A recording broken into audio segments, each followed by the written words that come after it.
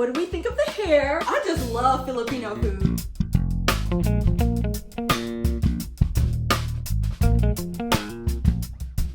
So if you've been following along, you know that I've been learning how to make Filipino food for my fiance, and today we're gonna dive into this chicken tinola. This is such a comforting and easy soup to make, and I'm so excited to try it today. So let's get into it. All right, you're gonna need a few ingredients. I'll be sure to list everything in the description box below. First things first, we're gonna season the chicken with salt and pepper.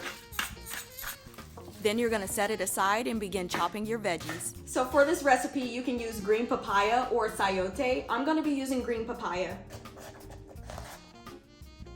We're gonna go ahead and remove these seeds so it looks like this. Okay, so we're gonna put some olive oil in this pot so that we can sear our chicken. Okay, now that the chicken has that nice brown color, we're gonna remove it from the pot and begin sauteing the aromatics.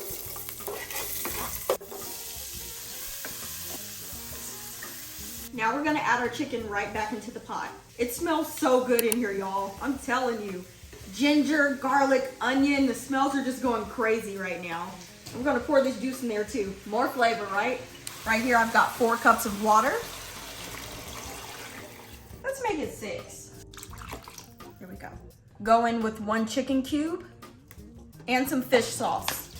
Cover it and let it cook for 30 minutes. Once the chicken is nice and tender, we're gonna throw in that green papaya and let it cook for another 15 to 20 minutes. Okay, for the final step, we're gonna throw in that spinach and let it cook for about 5 more minutes. And just like that, you're done. Listen, this was such a simple and comforting dish, and it will have your house smelling so good. All right, our tinola is done. I've got myself some rice to go with it. Let's dig in.